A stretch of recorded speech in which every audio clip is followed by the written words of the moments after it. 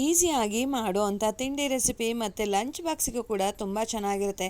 ಒಂದ್ಸಲ ಈ ರೀತಿಯಾಗಿ ಟ್ರೈ ಮಾಡಿ, ತುಂಬ ಚೆನ್ನಾಗಿರುತ್ತೆ, ಈಸಿಯಾಗಿ ಮಾಡ್ಬೋದು. ಮನೇಲಿ ಎಲ್ರಿಗೂ ಕೂಡ ಇಷ್ಟ ಆಗುತ್ತೆ. ಹೊಸ ರುಚಿ ಅಂತ ಹೇಳ್ಬೋದು. ಹೊಸ ತಿಂಡಿ ರೆಸಿಪಿ ಮತ್ತು ಗ್ರೇವಿ ಅಂತ ಅಂದರೂ ಕೂಡ ತಪ್ಪಾಗೋದಿಲ್ಲ. ಬನ್ನಿ ಈ ಒಂದು ಸೂಪರ್ ಆಗಿರುವಂಥ ರೆಸಿಪಿಯನ್ನು ನೋಡ್ಕೊಂಡು ಬರೋಣ. ನಿಮ್ಮೆಲ್ರಿಗೂ ಖಂಡಿತವಾಗಿಯೂ ಇಷ್ಟ ಆಗುತ್ತೆ. ಯಾರಿಗೆಲ್ಲ ಇಷ್ಟ ಆಗುತ್ತೆ ಮತ್ತು ಟ್ರೈ ಮಾಡ್ತೀರಾ, ಮಿಸ್ ಮಾಡಿದೆ ನನಗೆ ಕಮೆಂಟ್ ಮಾಡಿ ಸ್ನೇಹಿತರೆ. ನೋಡ್ತಾ ಇದ್ರಲ್ವ ಎಷ್ಟು ಚೆನ್ನಾಗಿ ಬಂದಿದೆ ಅಂತ. ತುಂಬ ಚೆನ್ನಾಗಿ ಬರುತ್ತೆ. ನಾನಿಲ್ಲಿ ಸುಮಾರು ಅರ್ಧ KGಯಷ್ಟು ಮೈದಾ ಹಿಟ್ಟನ್ನು ತೊಗೊಂಡಿದ್ದೀನಿ. ಈ ರೆಸಿಪಿಯನ್ನು ಮೈದಾ ಹಿಟ್ಟಲ್ಲಿ ಮಾಡಿದ್ರೇ ಚೆನ್ನಾಗಿ ಬರೋದು. ಮತ್ತು ಇದು ಪೂರಿ ಥರ ಎಣ್ಣೆನ ಜಾಸ್ತಿ ಅಬ್ಸರ್ವ್ ಮಾಡ್ಕೊಳ್ಳೋದಿಲ್ಲ, ತುಂಬ ಚೆನ್ನಾಗಿರುತ್ತೆ.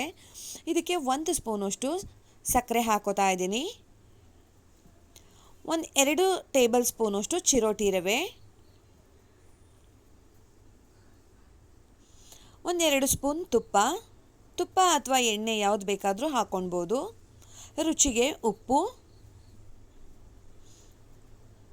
1/4 ಟೀ ಸ್ಪೂನಷ್ಟು ಅಡಿಗೆ ಸೋಡಾ. ಇಷ್ಟನ್ನು ಡ್ರೈ ಮಿಕ್ಸ್ ಮಾಡ್ಕೊಳ್ಳೋಣ. ತುಂಬ ಚೆನ್ನಾಗಿರುತ್ತೆ. ಮಧ್ಯಾಹ್ನಕ್ಕೂ ಕೂಡ ಅಷ್ಟೇ ತುಂಬ ರುಚಿಯಾಗಿರುತ್ತೆ. ತುಂಬ ಮೈದಾ ಹಿಟ್ಟು ಹಾಕಿರೋದ್ರಿಂದ ನಾರು ಥರ ಅಂತ ಅನಿಸೋದಿಲ್ಲ. ತಿನ್ನೋದಕ್ಕೆ ಬಾಯಿಗೆ ಹಿತವಾಗಿ ಇರುತ್ತೆ ಸ್ನೇಹಿತರೆ. ಎರಡಕ್ಕೂ ಕಾಂಬಿನೇಷನ್ ಮಾಡಿಸಿರೋ ಕಾಂಬಿನೇಷನ್ನು ನೋಡಿ. ಇವಾಗೆಲ್ಲ ಡ್ರೈ ಮಿಕ್ಸ್ ಆಗಿದೆ. ಇದಕ್ಕೆ ಸ್ವಲ್ಪನೇ ನೀರನ್ನು ಹಾಕ್ಕೊಂಡು ಚಪಾತಿ ಹಿಟ್ಟಿನ ಹದಕ್ಕೆ ಕಲಿಸ್ಕೊಂಡು ರೆಡಿ ಮಾಡ್ಕೊಳ್ಳೋಣ.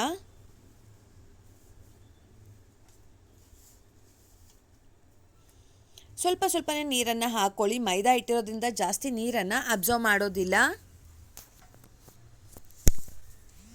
ನೋಡಿ. ಇವಾಗ ಈ ಒಂದು ಕನ್ಸಿಸ್ಟೆನ್ಸಿನಲ್ಲಿ ಅಥವಾ ಈ ಒಂದು ಹದವಾಗಿ ಕಲಿಸ್ಕೊಂಡ್ರೆ ನಮಗೆ ಹಿಟ್ಟು ರೆಡಿ ಆಗಿಬಿಡುತ್ತೆ.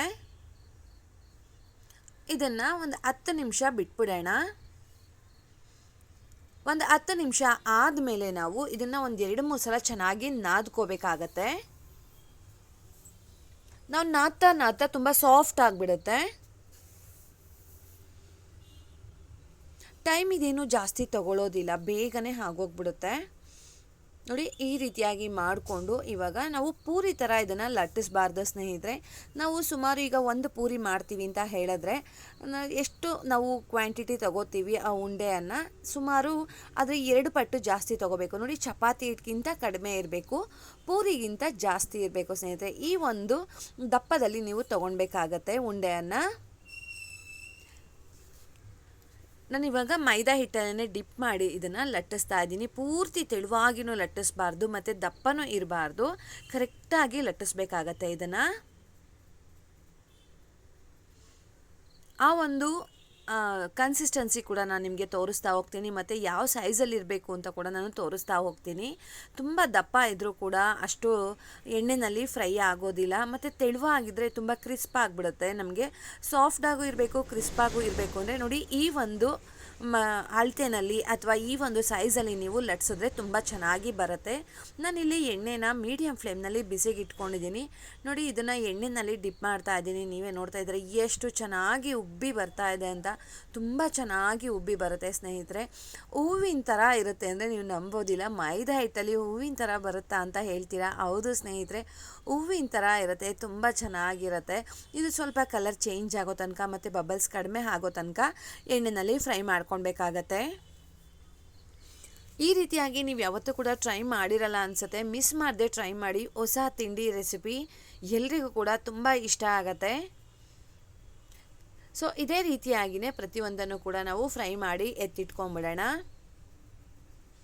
ಆರಾಮ್ಸೆ ಈಸಿಯಾಗಿ ಮಾಡಿಬಿಡ್ಬೋದು ಸ್ನೇಹಿತರೆ. ಟೈಮ್ ಏನು ಜಾಸ್ತಿ ತಗೊಳ್ಳೋದೇ ಇಲ್ಲ. ನಾವು ಇದನ್ನೆಲ್ಲ ಚೆನ್ನಾಗಿ ಹಿಟ್ಟನ್ನು ಕಲಸಿಟ್ಬಿಟ್ಟು ನಾವು ಇದಕ್ಕೆ ಗ್ರೇವಿಯನ್ನು ಕೂಡ ರೆಡಿ ಮಾಡಿಕೊಂಡು ಆಮೇಲೆ ಇದನ್ನು ಮಾಡ್ಕೊಳ್ಬೋದು ನೋಡಿ. ಎಷ್ಟು ಚೆನ್ನಾಗಿ ಉಬ್ತಾ ಇದೆ ಅಂತ. ಇದ್ರ ಮೇಲೆ ಸ್ವಲ್ಪ ನಾವು ಎಣ್ಣೆ ಹಾಕ್ಕೊಂಡ್ರೆ ಎರಡೂ ಕಡೆಯೂ ಇನ್ನೂ ಚೆನ್ನಾಗಿ ಉಬ್ಬುತ್ತೆ.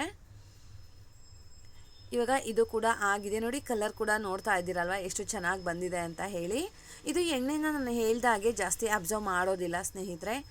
ಆರಾಮ್ಸೆ ಲಂಚ್ ಬಾಕ್ಸಿಗೆ ತಿಂಡಿಗೆ ಮಾಡ್ಬೋದು ಈ ಒಂದು ರೆಸಿಪಿಯನ್ನು. ನೀವು ಇದನ್ನು ಒಂದ್ಸಲ ಟ್ರೈ ಮಾಡಿ ಟೇಸ್ಟ್ ಮಾಡಿದ್ಮೇಲೆ ಕಡಿಮೆ ಅಂದರೂ ಕೂಡ ವಾರಕ್ಕೊಂದ್ಸಲ ಈ ರೆಸಿಪಿ ಬೇಕು ಅಂತ ಹೇಳ್ತೀರಾ, ಅಷ್ಟು ಚೆನ್ನಾಗಿ ಬರುತ್ತೆ ನೋಡಿ. ಇವಾಗ ಇದು ರೆಡಿ ಆಯಿತು ಸ್ನೇಹಿತರೆ. ಈ ಥರ 2 ತಿಂದರೆ ಸಾಕು, ಹೊಟ್ಟೆ ತುಂಬೋಗ್ಬಿಡುತ್ತೆ ಸ್ನೇಹಿತರೆ, ಅಷ್ಟು ಚೆನ್ನಾಗಿರುತ್ತೆ. ಇದಕ್ಕೊಂದು ಸೂಪರ್ ಆಗಿರೋವಂಥ ಗ್ರೇವಿ ಬೇಕಲ್ವಾ, ಆ ಗ್ರೇವಿಯನ್ನು ಮಾಡ್ಕೊಂಡು ಬರೋಣವಾ. ನಾನಿಲ್ಲಿ ಕಾಬೂಲ್ ಕಡಲೆಯನ್ನು ಅಥವಾ ಕಾಬೂಲಿ ಚೆನ್ನ ಅಂತ ಹೇಳ್ತೀವಲ್ವ, ಅದನ್ನು ರಾತ್ರಿಯೇ ನೆನೆಯೋದಕ್ಕೆ ಇಟ್ಟಿದ್ದೆ. 1 ಬೌಲ್ ಅಷ್ಟು ಅದು ನೆಂದಿರೋ ಅಂಥ ಕಾಬೂಲ್ ಕಡಲೆನ ಕುಕ್ಕರಿಗೆ ಹಾಕೋತಾ ಇದ್ದೀನಿ. ನೈಟ್ ನೆನೆಸಿದ್ರೆ ಆರಾಮ್ಸೆ ನೆನೆಯುತ್ತೆ. ಅದು ಕೂಡ ನೀವು ಬೆಳಗ್ಗೆ ತಿಂಡಿಗೆ ಮಾಡ್ತೀನಿ ಅಂತ ಅನ್ನೋ ಹಾಗಿದ್ರೆ ನೈಟೇನೆ ನೆನೆಯೋದಕ್ಕೆ ಇಟ್ಬಿಡ್ಬೋದು. ಇದಕ್ಕೆ ರುಚಿಗೆ ಉಪ್ಪು ಹಾಕೋತಾ ಇದ್ದೀನಿ, ಜಾಸ್ತಿ ಹಾಕೋತಾ ಇಲ್ಲ. ಸ್ವಲ್ಪ ಆ ಕಾಬೂಲಿ ಚೆನ್ನಾಗಿ ಎಷ್ಟು ಬೇಕು ಅಷ್ಟನ್ನು ಹಾಕ್ಕೊಂಡು 1 ಗ್ಲಾಸ್ ಅಷ್ಟು ನೀರನ್ನು ಹಾಕಿ ಇದನ್ನು ಸುಮಾರು ಒಂದು 4ರಿಂದ 5 ವಿಷಲ್ ಒಡಿಸ್ಬೇಕಾಗತ್ತೆ ಸ್ನೇಹಿತರೆ. ಚೆನ್ನಾಗಿ ಬೇಯಬೇಕು. ಇದು ಬೆಂದಷ್ಟು ಗ್ರೇವಿ ತುಂಬ ಚೆನ್ನಾಗಿರುತ್ತೆ. ನಾನಿಲ್ಲಿ 5 ವಿಷಲ್ ಹಾಕ್ಸಿದ್ದೆ. ಇವಾಗ ಬೆಂದಿದೆ, ಅದು ಸಪ್ರೇಟಾಗಿ ಎತ್ತಿಟ್ಕೊಂಡಿದ್ದೀನಿ. ಇಲ್ಲಿ ಒಂದು ಬಾಣಲಿಗೆ ನಾನಿಲ್ಲಿ ಒಂದು 5ರಿಂದ 6 ಸ್ಪೂನಷ್ಟು ಎಣ್ಣೆ, ಪಲಾವ್ ಎಲೆ, ಕಸೂರಿ ಮೇಥಿ, ಏಲಕ್ಕಿ, ಚಕ್ಕೆ, ಲವಂಗ, ಹಸಿಮೆಣಸಿನ್ಕಾಯಿ ಇಷ್ಟನ್ನು ಹಾಕ್ಕೊಂಡು ಸ್ವಲ್ಪ ಕರಿಬೇವಿನ ಸೊಪ್ಪನ್ನು ಹಾಕ್ಕೊಂಡು ಫ್ರೈ ಮಾಡ್ಕೊಳ್ಳೋಣ.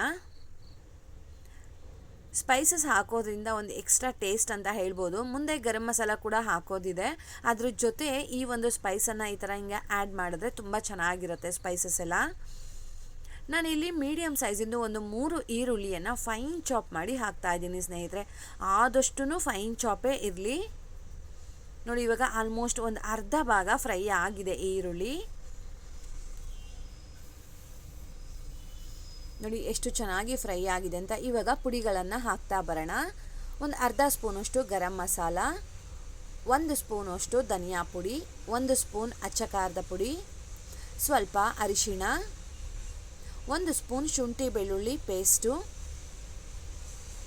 ಇಷ್ಟನ್ನು ಮಿಕ್ಸ್ ಮಾಡ್ಕೊಳ್ಳೋಣ. ರುಚಿಗೆ ಉಪ್ಪು, ನಾವು ಬೇಯಬೇಕಾದ್ರೂ ಕೂಡ ಉಪ್ಪನ್ನು ಹಾಕಿದ್ದೀವಿ, ಸೊ ನೋಡಿಕೊಂಡು ಉಪ್ಪನ್ನು ಇಲ್ಲಿ ಹಾಕ್ಕೊಳ್ಬೇಕಾಗತ್ತೆ. ಡ್ರೈ ಆಗಿನೇ ನೋಡಿ ಈ ರೀತಿಯಾಗಿ ಮಿಕ್ಸ್ ಮಾಡ್ಕೊಳ್ಳೋಣ. ಅದು ಮಿಕ್ಸ್ ಮಾಡಬೇಕಾದ್ರೇ ಚೆನ್ನಾಗಿ ಫ್ರೈ ಆಗಿರುತ್ತೆ. ಇದಕ್ಕೆ ನಾನಿಲ್ಲಿ ಮೀಡಿಯಮ್ ಸೈಜಿಂದು 3 ಟೊಮ್ಯಾಟೋನ ಪ್ಯೂರಿ ಮಾಡಿ ಹಾಕ್ತಾ ಇದ್ದೀನಿ. ಈ ಒಂದು ಗ್ರೇವಿ ತುಂಬ ಟೇಸ್ಟ್ ಆಗಿದೆ ಅಂತ ಹೇಳಿದ್ರೆ ಈ ಒಂದು ಟೊಮ್ಯಾಟೋನ ನಾವು ಈ ಥರ ಹಿಂಗೆ ಪ್ಯೂರಿ ಮಾಡಿ ಹಾಕೋದ್ರಿಂದ ತುಂಬ ಚೆನ್ನಾಗಿ ಬ್ಲೆಂಡ್ ಆಗಿರುತ್ತೆ, ಚೆನ್ನಾಗಿ ಹೊಂದ್ಕೊಳ್ಳುತ್ತೆ, ಟೇಸ್ಟಿಯಾಗಿ ಬರುತ್ತೆ ಗ್ರೇವಿ ಸ್ನೇಹಿತರೆ. ನೋಡಿ, ಇವಾಗ ಚೆನ್ನಾಗಿ ಮಿಕ್ಸ್ ಮಾಡಿದ್ದೀನಿ. ಇವಾಗ ಇದಕ್ಕೆ ನಾನು ಬೇಯಿಸಿಟ್ಕೊಂಡಿರೋ ಅಂಥ ನೀರು ಸಮೇತ ಹಾಕೋತಾ ಇದ್ದೀನಿ. ಕಾಬೂಲಿ ಚೆನ್ನನ ಹಾಕೋತಾ ಇದ್ದೀನಿ. ನೀರೇನು ಸಪ್ರೇಟ್ ಮಾಡೋದು ಬೇಡ ಸ್ನೇಹಿತರೆ. ನೋಡಿ, ಈ ರೀತಿ ಬೆಂದಿರಬೇಕು, ಆವಾಗ ನಮಗೆ ರುಚಿ ತುಂಬ ಚೆನ್ನಾಗಿ ಬರುತ್ತೆ. ಇದನ್ನೆಲ್ಲ ಮಿಕ್ಸ್ ಮಾಡ್ಕೊಳ್ಳೋಣ. ನಿಮಗೆ ಅನ್ನಿಸ್ತಾ ಇದೆ ತೆಳುವಾಗಿದೆ ಅಂತ, ಇದು ತೆಳುವಾಗಿಲ್ಲ ಸ್ನೇಹಿತರೆ. ಅದು ಕುದೀತಾ ಕುದೀತಾ ಗಟ್ಟಿ ಆಗುತ್ತೆ. ಕನ್ಸಿಸ್ಟೆನ್ಸಿ ನೀವೇ ಮುಂದೆ ನೋಡ್ತಾ ಹೋಗ್ತೀರಾ ಎಷ್ಟು ಚೆನ್ನಾಗಿರುತ್ತೆ ಅಂತ. ಲಿಡ್ಡನ್ನು ಕ್ಲೋಸ್ ಮಾಡಿ ಸುಮಾರು ಒಂದು 5 ನಿಮಿಷ ಇದನ್ನು ಚೆನ್ನಾಗಿ ಕುದಿಸ್ಬೇಕಾಗತ್ತೆ. ನೋಡಿ, ಮಧ್ಯ 1-2 ಸಲ ಚೆನ್ನಾಗಿ ಮಿಕ್ಸ್ ಮಾಡಬೇಕು. ಕಂಟಿನ್ಯೂಯಸ್ ಆಗಿ ಲಿಡ್ಡನ್ನು ಕ್ಲೋಸ್ ಮಾಡಿ ಕುದಿಯೋದಕ್ಕೆ ಬಿಡೋದು ಬೇಡ, ತಳ ಹಿಡಿಯೋ ಚಾನ್ಸಸ್ ಇರುತ್ತೆ. ನೋಡಿ, ಆಲ್ಮೋಸ್ಟ್ ಗಟ್ಟಿ ಹಾಕ್ತಾ ಬರ್ತಾ ಇದೆ. ಇನ್ನೊಂದು 2 ನಿಮಿಷ ಟೊಮ್ಯಾಟೋದೆಲ್ಲ ಒಂದು ಹಸಿ ಆ ಫ್ಲೇವರ್ ಇರುತ್ತೆ ಅಲ್ಲ, ಅದು ಹೋಗೋ ತನಕ ಫ್ರೈ ಮಾಡಿದ್ರೆ ಸಾಕು.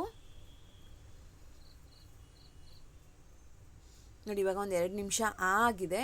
ತುಂಬ ಚೆನ್ನಾಗಿ ಗ್ರೇವಿ ರೆಡಿ ಆಗಿದೆ ಸ್ನೇಹಿತರೆ. ಎರಡಕ್ಕೂ ಕಾಂಬಿನೇಷನ್ ಆಹಾ ಏನು ಚೆನ್ನಾಗಿದೆ ಅಂತ ಹೇಳ್ತೀರಾ, ತುಂಬ ಚೆನ್ನಾಗಿದೆ. ಇದಕ್ಕೆ ಲಾಸ್ಟಲ್ಲಿ ಕೊತ್ತಂಬರಿ ಸೊಪ್ಪನ್ನು ಹಾಕ್ತಾ ಇದ್ದೀನಿ ಗಾರ್ನಿಷ್ಗೋಸ್ಕರ, ಮತ್ತು ಟೇಸ್ಟು ಕೂಡ ತುಂಬ ಚೆನ್ನಾಗಿರುತ್ತೆ. ಇವಾಗೆಲ್ಲ ಇದನ್ನು ಒಂದು ರೌಂಡ್ ಮಿಕ್ಸ್ ಮಾಡ್ಕೊಂಬಿಡೋಣ. ರುಚಿಯಾಗಿರೋವಂಥ ಗ್ರೇವಿ, ತಿಂಡಿ ಮತ್ತು ಲಂಚ್ ಬಾಕ್ಸಿಗೆ ಮಾಡಿಸಿರೋ ಅಂಥ ರೆಸಿಪಿ. ಮನೇಲಿ ಎಲ್ರಿಗೂ ಕೂಡ ಚಿಕ್ಕವರಿಂದ ದೊಡ್ಡವ್ರ ತನಕ ತುಂಬ ಇಷ್ಟಪಟ್ಟು ತಿನ್ನೋವಂಥ ರೆಸಿಪಿ ಸ್ನೇಹಿತರೆ. ನೋಡಿ, ಇವಾಗ ತಣ್ಣಗಾಗಿದೆ. ತಣ್ಣಗಾದ್ಮೇಲೆ ನೀವು ನೋಡ್ತಾ ಇದ್ದೀರಾ ತುಂಬ ಚೆನ್ನಾಗಿ ಬಂದಿತ್ತು. ಕಲರ್ ಕೂಡ ಅಷ್ಟೇ ಸಖತ್ತಾಗಿ ಬಂದಿತ್ತು.